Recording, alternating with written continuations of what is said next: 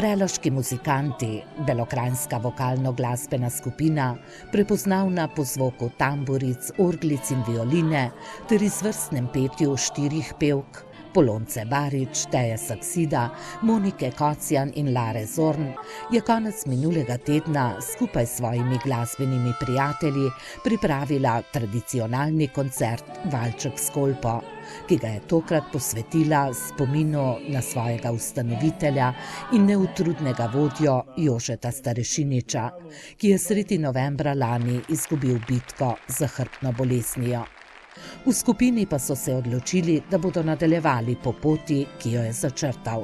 Smo sigurni več kot 100%, da to je bila tudi Jožetova želja, da ostanemo skupaj, nadaljujemo to njegovo poslanstvo, to, kar je začel. Kar nam je Jože dal, je neprecenljivo.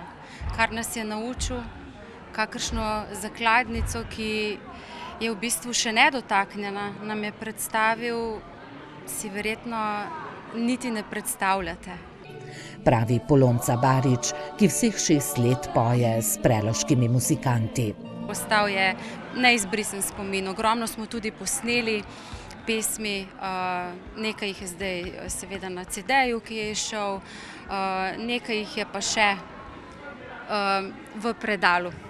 V minulih 6 letih so preloški muzikanti pod vodstvom Jožeta Starešiniča nanizali več kot 280 nastopov, od tega 40 dobrodelnih.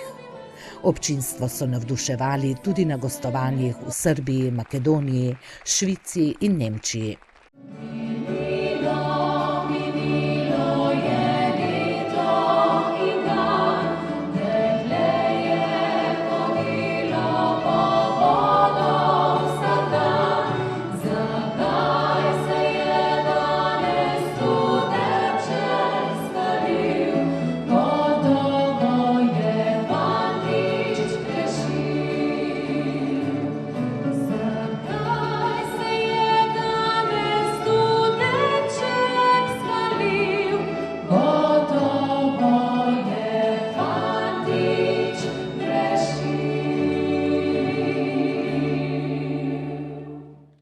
Repertoar preloških muzikantov je zelo pester, od avtorskih pesmi do priredb zimzelenih melodij.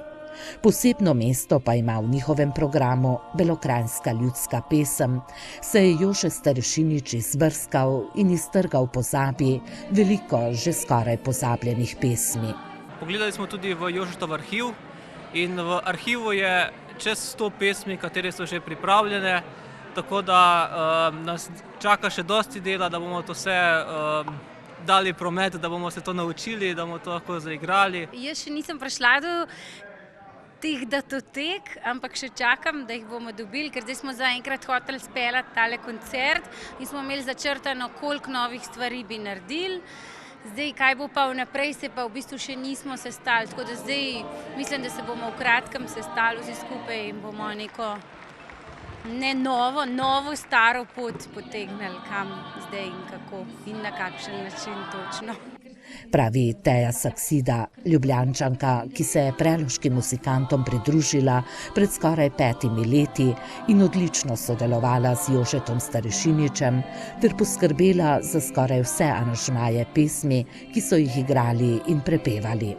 Meni se tudi zdi, da sva super sodelovala in da iz tega je izraslo eno, kako bi rekla, veliko glasbeno telo, ki tudi zdaj, ki ga ni več na en način skupaj diha. Zdaj, kaj se bo pa v prihodnje dogajalo, pa zelo težko človek reče, ker osrednji člen tukaj manjka. Težko ga bo nadomestiti, a bomo poskušali, pravijo preloški muzikanti, ki so tudi tokrat napolnili športno dvorano črnomaljske osnovne šole Mirana Jarca in navdušili občinstvo.